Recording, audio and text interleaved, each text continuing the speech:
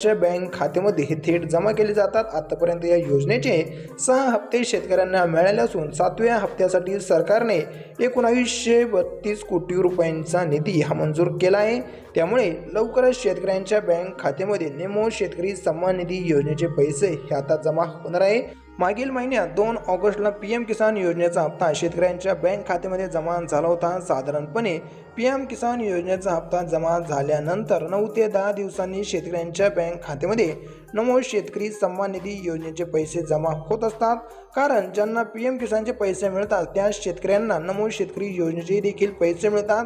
PM किसान सन्मान निधी योजनेचा हप्ता जमा झाल्यानंतर केंद्रीय कृषी विभागाकडून राज्याच्या कृषी विभागाला लाभार्थ्यांची यादी यांनी शेतकऱ्यांची यादी ही पाठवली जाते। यानंतर या यादीनुसार राज्यातील लाभार्थ्यांना नमो शेतकरीचा हप्ता मिळतो। परंतु महिना उलटून सुद्धा नमो शेतकरी सन्मान निधी योजनेचा हप्ता हा अपडेट झाला नव्हता।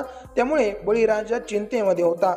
सोबतच ही योजना बंद झाली आहे अशाही देखील अफवा आता सध्या पसरत होत्या। परंतु सरकारने आता 1932 कोटी रुपयांचा निधी मंजूर करून हा GR काढला आहे आणि शेतकऱ्यांमध्ये आता दिलासाचे वातावरण हे आलेले आहे। सध्या मंजूर झालेला 7वा हप्ता एप्रिल 2025 ते जुलै 2025 कालावधीसाठी आहे। या 7व्या हप्त्याचा लाभ राज्यातील सुमारे 96 लाख पात्र शेतकऱ्यांना मिळणार आहे। हा 1932 कोटी रुपयांचा निधी योग्य लाभार्थ्यांपर्यंत पोहोचण्यासाठी आणि त्यात कोणताही गैरव्यवहार होणार नाही याची खात्री करण्याची जबाबदारी कृषी आयुक्तांवर सोपवण्यात आली आहे। हा शासन निर्णय आयोजित आणि वित्त विभागाच्या सहमतीने जाहीर करण्यात आला आहे। परंतु आता हा पैसे नेमके कोणत्या तारखेला येणार आहे त्याची अजून काही तारीख ही जाहीर झालेली नाही आहे। परंतु लवकरच पुढील 1 ते 2 दिवसामध्ये हे पैसे तुमच्या खात्यामध्ये जमा होणार आहे।